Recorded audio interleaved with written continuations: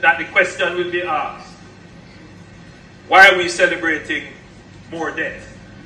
It's really a shame that the international financial community, these debts that we are now going to be incurring to finance our attempts at recovery, are like lending money to a business that suffered losses through some kind of crisis. That is the world that we as Jamaicans, both you on that side and us on this side, have to navigate. Wagwan, my people, have you ever wondered whether taking on more debts after disaster is a smart investment or a risk gamble? This is the biggest question coming out of the latest debate in the Jamaican Parliament. The discussion was intense with the Prime Minister Andrew Holness and opposition leader Mark Golding presenting two very different visions for Jamaica's future. Their exchange has sparked a national conversation about debt, about rebuilding, about accountability, and the direction of the country's economy. So, guys, we want to watch out this video and see some of the issues that are being raised in their debate. So, guys, watch this video out, then I'll be back with more comments. Approach reconstruction as a growth-inducing strategy. I know from this that the question will be asked, why are we celebrating more debt? We are not celebrating more debt. What we are celebrating is the opportunity to make a massive investment in our infrastructure, in our people, in the services that improve productivity. And it is that investment, Madam Speaker, that will expand our economy relative to our debt. And therefore, in short order, you can look forward to growing, increased revenue, and a relatively smaller debt to the size of your economy. We have never before had an opportunity to spend $6.7 billion relative to our GDP. We have never had that opportunity. US and our GDP is somewhere in the region of about 17 to 18 billion dollars, $19 billion. There ago. The Minister of Finance reminded me, $20 billion. You are proud, as are we, proud of the fact. Yes, $20 billion. So you get an opportunity to within 3 years to deploy $6.7 billion relative to your $20 billion GDP. So you can see the opportunity to expand the economy. And that's what the strategy is. And I'm encouraging all Jamaicans, regardless of political persuasion, to embrace this opportunity, to shift from crisis mode, to move from disputes over the distribution of a care package here or some lumber there, and start to think, how are we going to play our part in the new possibilities provided here for all Jamaicans to benefit. So, the reconstruction effort being deployed, fertilization, logistics, agriculture, and energy will create thousands of jobs, crowded private investment, sustainability. Because make no mistake, there will be those looking on at our currency and say, can the central bank defend? Do we have reserves? Well, with this, we will be in a superior fiscal position to give confidence and certainty to our business sector. We will turn this moment of crisis into an opportunity to transform. Madam Speaker, Jamaica has never lacked ambition. What we have lacked for decades is the financial wherewithal to match that ambition. Today, that has changed. For the first time in our history, our national development vision is backed by a robust, multi-year, multi-partner financing envelope. Madam Speaker, we now have a clear reconstruction strategy, an empowered institutional framework. And this year, we got walloped by Melissa. It's really a shame that the international financial community is still approaching the mitigation of the effects of climate induce disasters on countries like ours by financing packages that are largely based on additional debt. These debts that we are now going to be incurring to finance our attempts at recovery are like lending money to a business that suffered losses through some kind of crisis that is trying to dig itself out of a hole from. Taking on additional debt to do that is going to be a challenging road for any country. Therefore, I don't think it's appropriate to treat these announcements in a triumphant way. We are going to be incurring the costs of paying back this massive additional borrowing in years to come.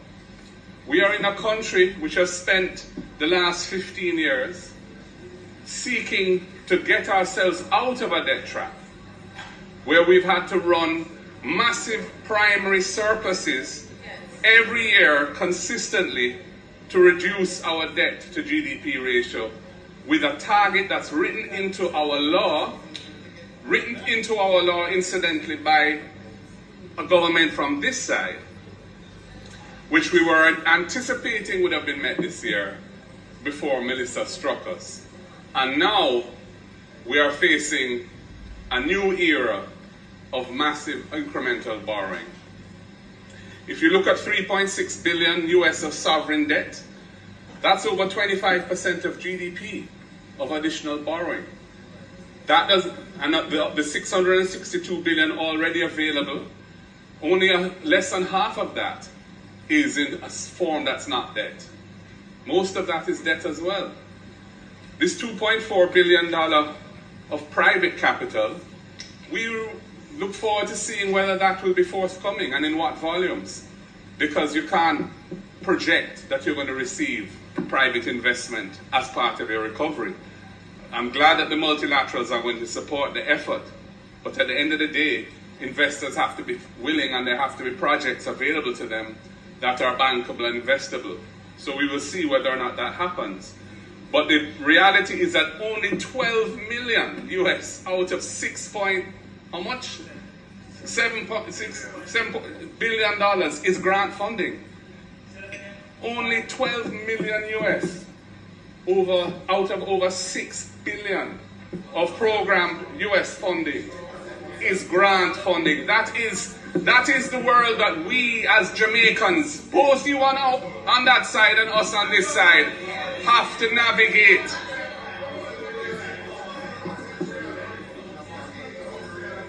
Councillor, members' time for speaking has expired.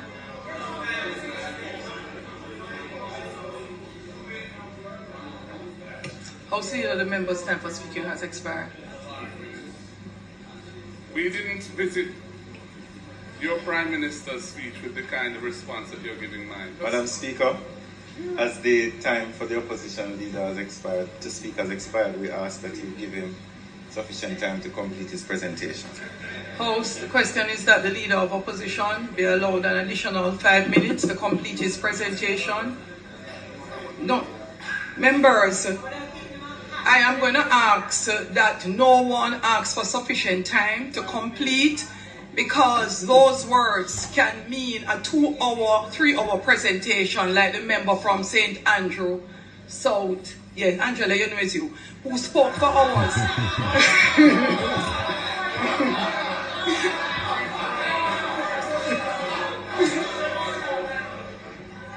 What is your point of order?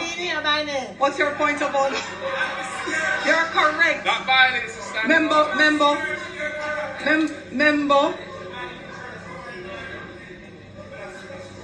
Member, you're correct. But it is not in keeping with the approach of Parliament to speak until conclusion, whenever that is. And we have learned our lesson, as the member so nicely stood up and reminded us. So she knows who we are speaking of. So 5 minutes, House. Those in favor? Those against, the ayes have it. House Leader? Yeah, I suppose I should be grateful, though it's a very parsimonious allocation of time, to respond to such an important speech on such an important occasion. It's symptomatic of what is wrong with this Parliament, that the leader of the opposition is given 5 minutes more to finish a presentation. Anyway, that is the world in which we are being required to live. Madam Speaker,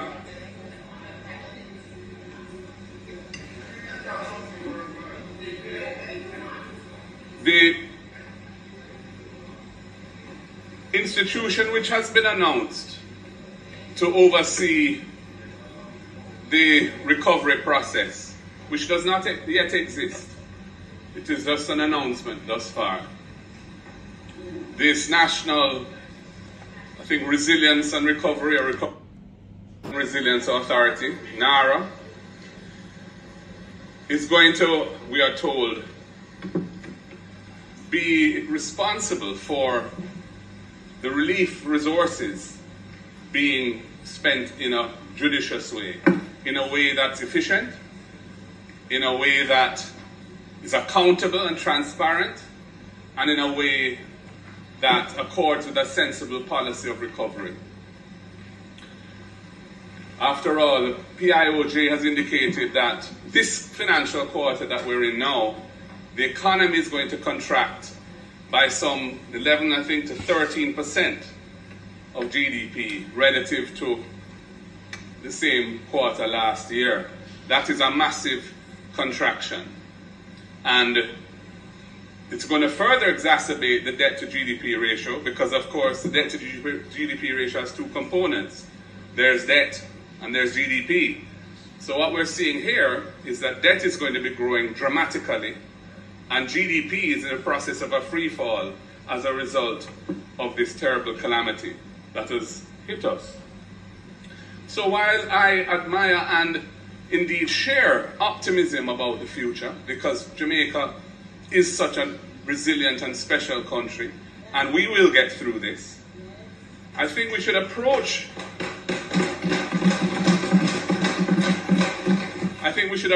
an announcement like this with some sobriety.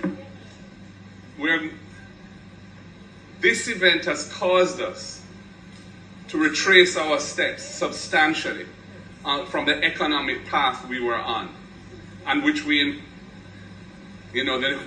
nation incurred substantial sacrifices to get to where we were. I'm not blaming the government for Melissa. That would be absurd. I'm not blaming the government for seeking resources to fund the recovery. It's going to be necessary to get those resources. I am just making the point that this is not something to celebrate. This is not something to gloat about. This represents a substantial setback for Jamaica, and it represents if it's not administered properly, it could permanently weaken our future prospects and damage the country's future. Which is all the more reason why the composition of this recovery authority is important. I wrote to the Prime Minister on the day after the hurricane to suggest the establishment of a task force with broad-based representation, leaders from the private sector and business community, leaders from the churches, leaders from the NGOs, and representatives from the government and the opposition. The concept of NARA is consistent with that. However, I've heard nothing from the Prime Minister as to the role of the opposition in NARA. We heard it will be broad-based, but there is no inclusivity in the dialogue around how it is to be constituted. And I can hear from the barbs that are flowing from the other side that the likelihood is that we will not be included in it. That is what I'm hearing from the other side in their responses to me, their sotto voce remarks. All I can say is, Prime Minister, the opposition represents some 400,000 voters who voted for us, 28 constituencies, and our presence in the recovery and our participation in the recovery, you'll be well advised to seek in a genuine... House Leader, the member's time for speaking has expired. Thank you. As the member's time for speaking has expired, I ask that you put to the House that he be allowed an additional 2 minutes to complete his presentation. Brother, always a big theme. Interesting talk, you know?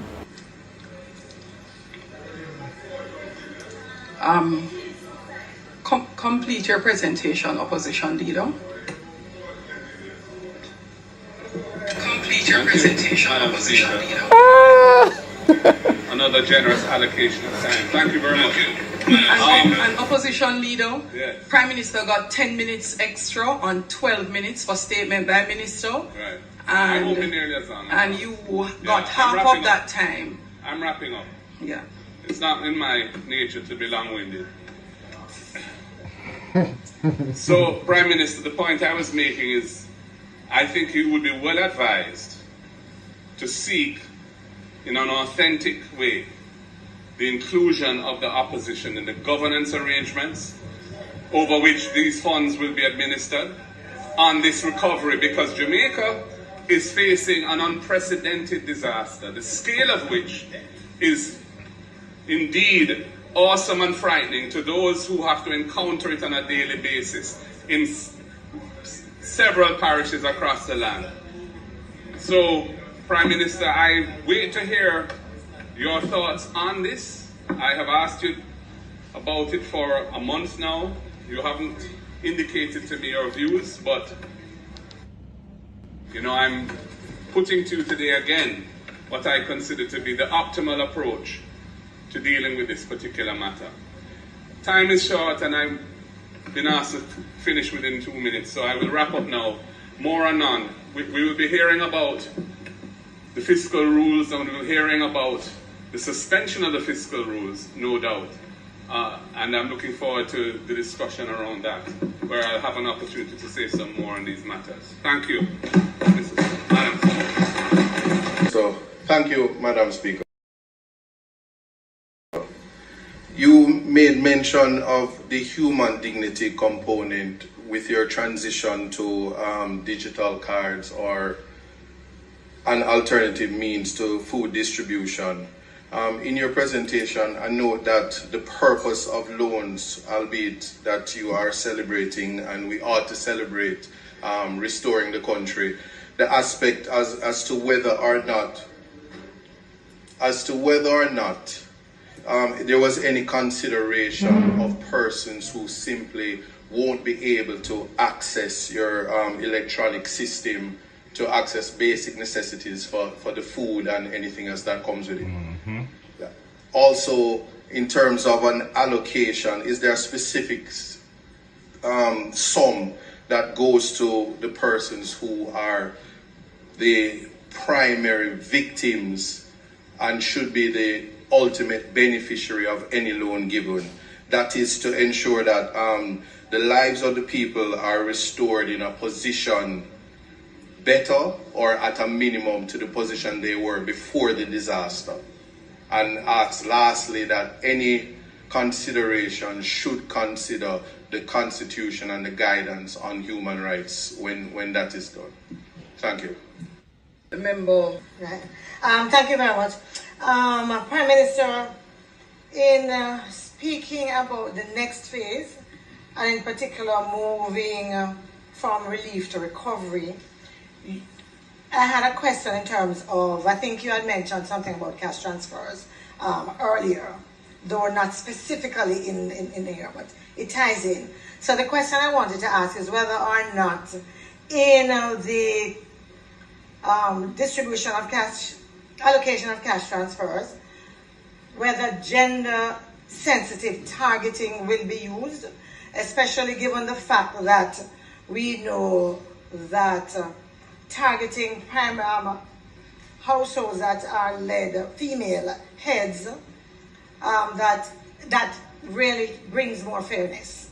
And I was wondering whether or not that was contemplated in what you were planning to do.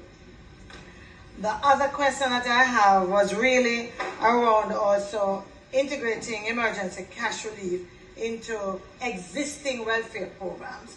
We haven't heard much spoken about that, but I believe that that is important, although issues of connectivity and network would hamper how successful that can be. But as we are moving to restore, I am asking, where are we with that, and hoping that we will do that. Prime Minister, you speak in the reconstruction effort being deployed across infrastructure, housing, digitalization, logistics, agriculture, and energy, that thousands of jobs will be created.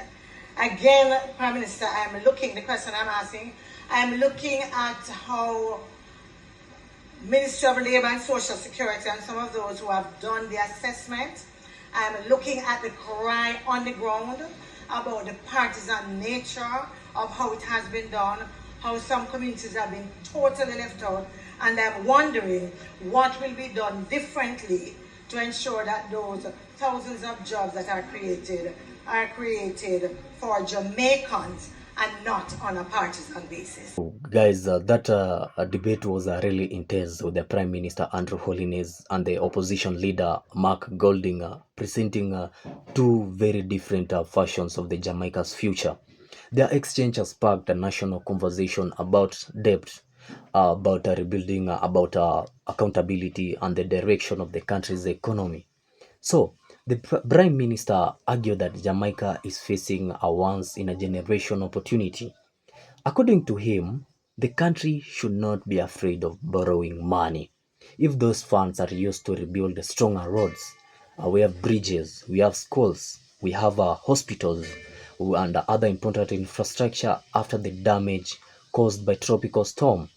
He stressed that the government is not celebrating debt itself. Instead, he believes the financing can help create jobs, improve public services, and grow the economy over the long term.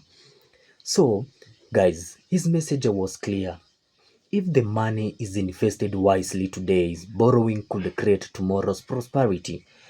Okay, I totally agree with the PM. Because if you borrow money and use it for the right purpose, of course, you're going to get tomorrow's prosperity. However, we saw the opposition leader Mark Golding strongly disagreeing with that approach. He argued that borrowing billions of dollars should never be presented as a good news. In his view, taking a large amount of debt could leave Jamaica with heavy financial obligations for many years. He compared it to giving a larger loan to a business that is already struggling. While the loan might provide a temporary relief, it could also create even bigger financial problems if the business cannot generate enough income to repay it.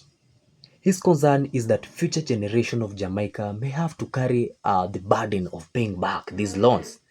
I totally agree with also Mark Golding, because let me ask you guys, you have started a business or you want to start a small business, and you know very well that that business does not raise enough income for you in order to go and repay that loan that you have gone and borrowed from the bank. So guy, you see you are going to struggle. I know very well that that loan is going to bring the financial relief to your business. But on the other hand, your business is not doing well. How are you going to raise this money? So that is the question the opposition leader is asking. So you saw during the debate was that the debate was a very transparency and inclusion. Mark Golding criticized the government's proposal for the National Resilience and Recovery Authorities. He said, or he asked for a broad non-partisan recovery team that could include members of the opposition and other stakeholders. According to him, there has been little evidence that those suggestions were accepted. He argued that rebuilding the country after a disaster should not be a political project, but a national effort that brings everyone together. The parliamentary session also has heated over procedural matters. There were disagreement about speaking time. You saw that in the video. There were handling over parliamentary rules And that is not how the parliament should be conducted. And you saw, and the role of a presiding officer, while these may seem like minor issues, they reflect deeper concern about fairness, respect, and how parliament functions during important national debate, because that was a very serious issue that was being discussed. It is an issue that is concerned with their country, and the people should be very much serious about this issue. The opposition should not be seen as an enemy of the government. Instead, it is a responsibility. Is it to question decision? It is a responsibility of the opposition leaders to question this government, and the government should also be accountable. They demand for accountability and ensure that the public money is spent properly. That is the work of the opposition leaders. She also expressed concerns about transparency in the management of disaster recovery funds and questioned whether affected communities are receiving the help they needed quickly and fairly. Because if these people are not going to ask these questions, the government is not going to be very serious. Instead, that money is going to get lost inside there. So you saw the debate raises an important question that many countries face after natural disaster. Is it better to borrow money now so that rebuilding can begin immediately, or should government be more cautious to avoid increasing national debt? We have seen a lot of our countries depending on debts in order for them to develop. But that's also a very good question that it has been asked. Is it better to borrow money so that we can rebuild and begin immediately after a disaster, or should our government be more cautious to avoid increasing these national debts? So there's no simple answer. Investing in infrastructure can boost economic growth, create employment, and improve people's lives. At the same time, excessive borrowing can become a serious burden if projects are delayed, funds are mismanaged, or the economy does not grow as expected. Ultimately, this video is about more than politics. It shows, or it's about how Jamaica has plans for its future, how public money is managed, and whether leaders can work together during times of national crisis. So citizens want to know that every dollar borrowed will be used responsibly, transparently, and for the projects that genuinely improve their lives.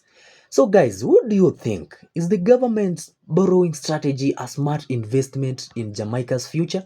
Or do you believe the opposition is right to warn about the dangers of increasingly the country's debt? Share your thoughts in the comments below. And also, if you are new here, please don't forget to subscribe and also comment and like the video.